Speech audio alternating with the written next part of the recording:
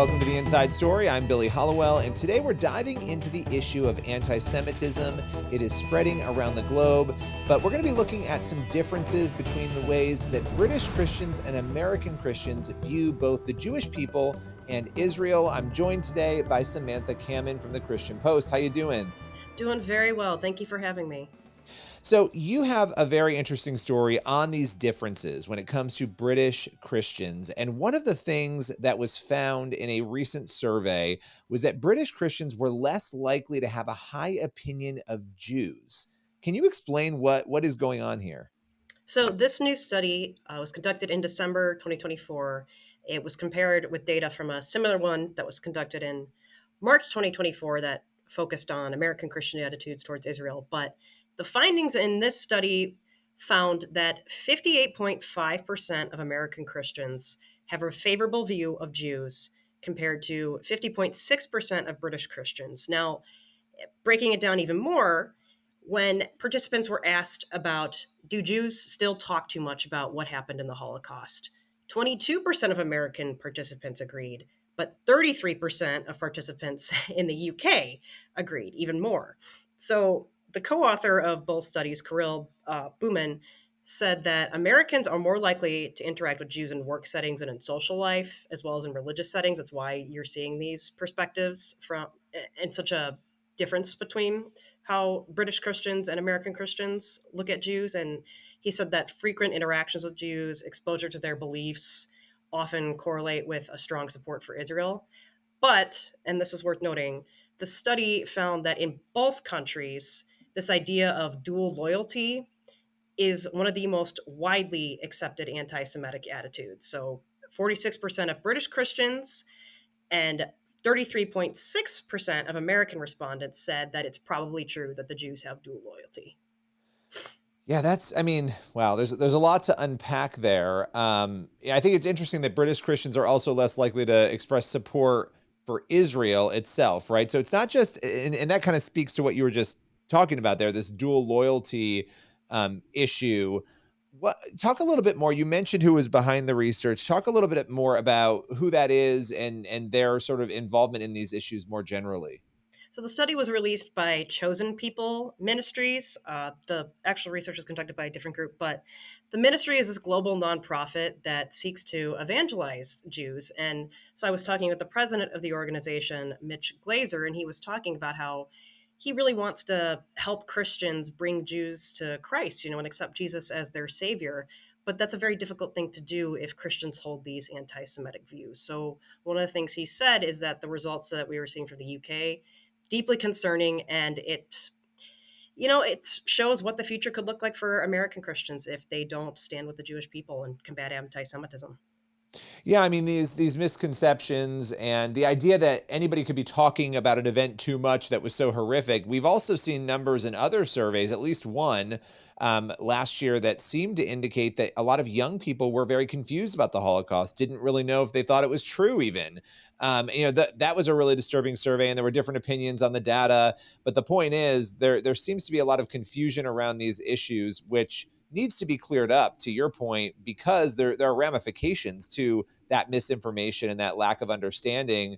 What do you believe, and what do the researchers believe might be driving these trends? So Kirill emphasized dual loyalty.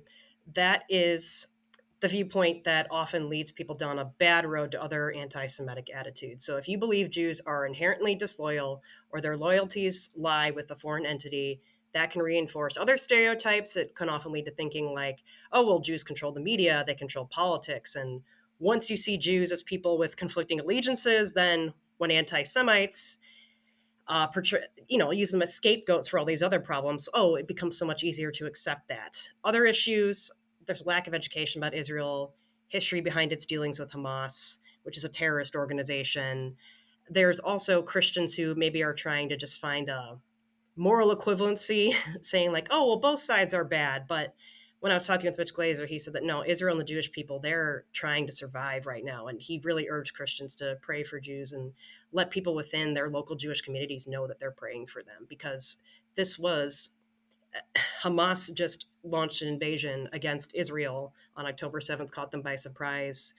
massacred innocent people, abducted innocents as hostages. And Glazer really emphasized that Christians need to be with the Jewish people.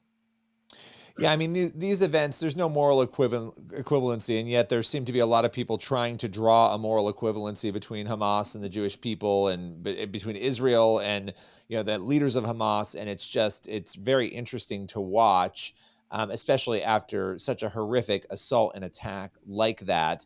There's so much there to break down, but why? And you just spoke to this a little bit. Why is it important for people to understand these trends? And in particular, one thing maybe you could speak to this because I know the researchers did give some reasoning.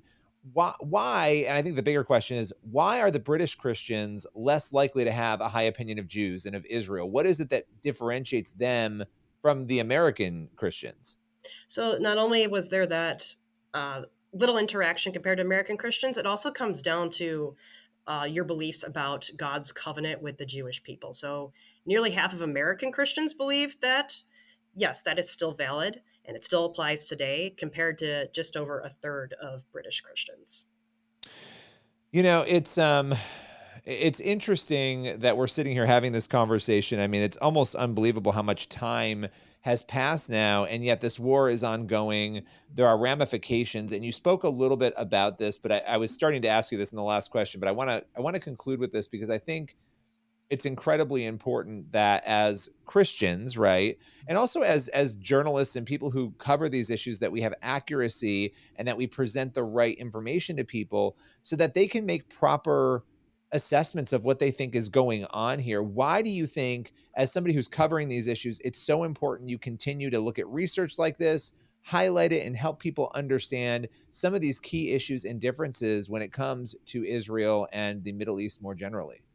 Well, I think Mitch Glazer put it best. He had said how he's experienced some of the things that the survey described. And, as a Jew, he's someone who accepted Christ, but, he's still considers himself Jewish. And, when the Jewish people are attacked, he feels it. And it really hurts him when Christians are in any way anti Semitic, or if they express support for terrorism, especially when you look at the Bible and you see how closely connected the stories of Christians and Jews are. And that's me speaking, not so much Mitch Glazer, but Christians should be able to recognize that the Jews are God's chosen people, and anti-Semitism is wrong. We're meant to oppose it and protect the Jews. And if we want to be able to share the gospel with Jews, or at least help them feel safe and supported, that starts with prayer, and it also starts with opposing anti-Semitism.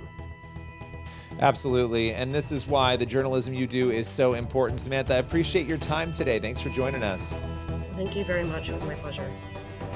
Everyone else, make sure you head on over to the Christian Post for all the news you need to read, and we'll have the link to this story in the show notes. As for this show, we will be back next week with another episode. We'll see you then.